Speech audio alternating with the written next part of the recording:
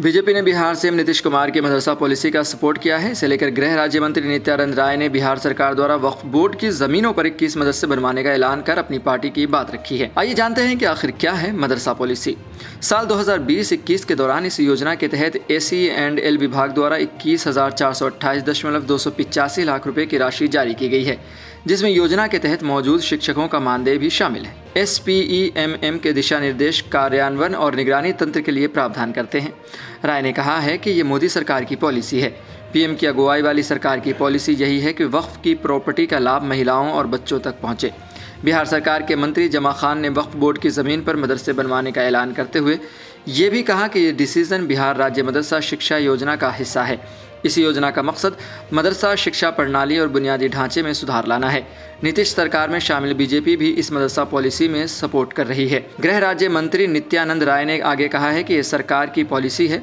उन्होंने कहा कि ऐसा अब तक होता नहीं था और नीतीश कुमार जो डिसीजन लिए होंगे वो मोदी सरकार की इस पॉलिसी के आसपास ही होगा। वहीं नित्यानंद राय ने वक्फ बिल का भी जिक्र किया और कहा कि अभी तो इसे विचार और सुझाव के लिए JPC को भेजा गया है, लेकिन मोदी सरकार की पॉलिसी क्लियर है। बता दें कि देश में वक्फ बोर्ड कानून में संशोधन पर सत्ताधारी NDA गठबंधन और इंडिया अलायंस के बीच छिड़ी तकरार के बीच बिहार में नीतीश कुमार अगुवाई वाली सरकार ने 13 अगस्त को वक्फ बोर्ड की ज़मीन पर 21 मदरसे बनवाने का ऐलान किया है।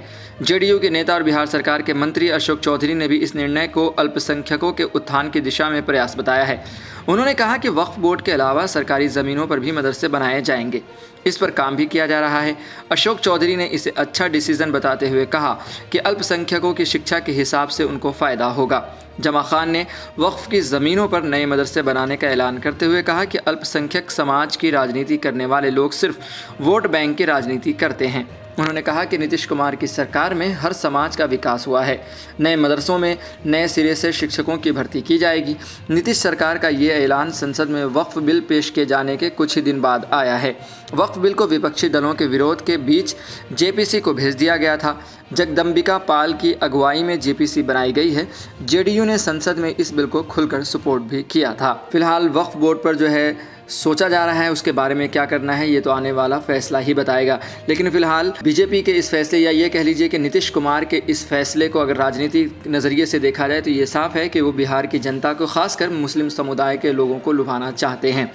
लेकिन ये 21 मदरसे कब तक बनते हैं, आखिर इसमें क्या कुछ नया किया जाएगा? क्या इसमें जो है सिर्फ मदरसे की ही पढ़ाई होगी या उसमें एजुकेशन जो बेसिकली जो इस दौर का जो एजुकेशन उसे शामिल किया जाएगा? ये तमाम वो चीज़ें हैं जिस पर जो है नज़र रखना ज़रूरी है, जिसके बारे में सोचा जा रहा है। और ये कहा जा सकता है कि बिहार की जनता के लिए ये एक अच्छी खबर है जो आने वाले वक्त में उन्हें फ़ायदा दे सकेगी, खासकर अल्पसंख्यकों के लिए।